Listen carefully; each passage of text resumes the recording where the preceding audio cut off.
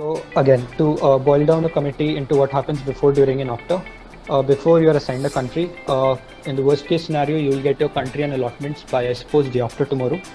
And once you have your allotment, as in which committee you are going to be in and which country you're going to be assigned, you then do research according to that portfolio. And portfolio is basically a term we use to refer to your committee and country in particular, and obviously how it fits in. I'll tell you more about how to research in a later slide.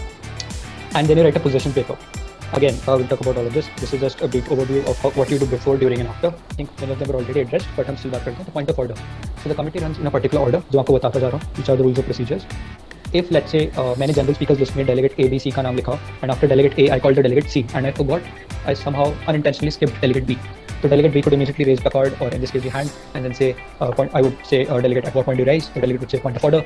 I would ask what's the point, and the delegate would say, I was skipped during general speakers list. So my question was, let's say I raise a right to reply.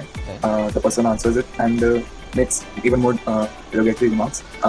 Bala mentioned that we cannot use right to reply in this situation. So should we use P to follow up, or what do we do? No, we will not use P to follow up. It would not be in order. Instead, what you do is you write it to the executive board, or you can write it to the delegate through the executive board.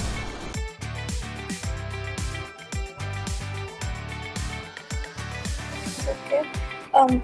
I think the third point is a little bit irrelevant because countries are already implementing fiscal policies on their own, depending on the size of their economy. Yeah, like the fiscal policy, like the basics of fiscal policy is cutting taxes and increasing. Yes, it is pretty basic, and it is like it's not needed. Yeah. Also, I think at this time, in the current situation in which we are in, it's not possible for countries to cut taxes as economic resources are needed. Because if countries are not going to cut tax or increase rate of interest, then like fiscal policy in each country, it depends by country. Some countries like to boost the economy. Some countries they have different agendas. Yeah, but what I was saying was like countries are doing it right now.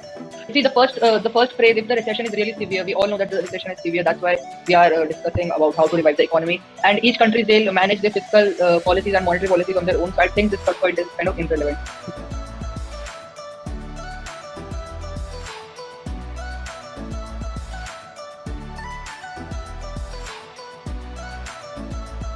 I was a delegate of Serbia and ECOSOC. As the world is suffering from COVID-19 pandemic, lots of people are dying and harm to our country's economy. So the agenda we debated on was mitigating the loss of life and restore the economies to pre-COVID state during the pandemic. I surely gained number of unique skills during its inquisitive sessions. It was not just an amazing experience, but I also gained confidence in participating in such great events. This year's IHMEN has been an enriching one for all of us. The first time when I took part in an MEN was in class 8. I remember that I only spoke once, but over the years I have developed skills I never knew I had. So this is for all the first timers. Keep going. MEN experience has always been a wonderful one. It has helped me improve diplomatic and public speaking skills. This year's experience was yet again an amazing one. Seeing so many first-timers perform, that too with such an enthusiasm, leaves me overwhelmed. This online MUN has truly been an unforgettable experience for all of us. The sheer willpower and determination of all the delegates really resonate with this year's theme, The Zeal to Heal.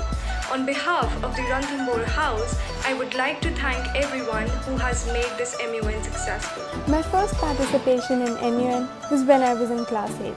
And that year, apart from the position paper that I had to prepare and the speech that I gave in the GSL, I seldom spoke. It was an intimidating experience. But with passing years, I was able to develop the valuable skills of diplomacy, resolution making, and public speaking. The 2-day conference has been an extremely enriching experience for me.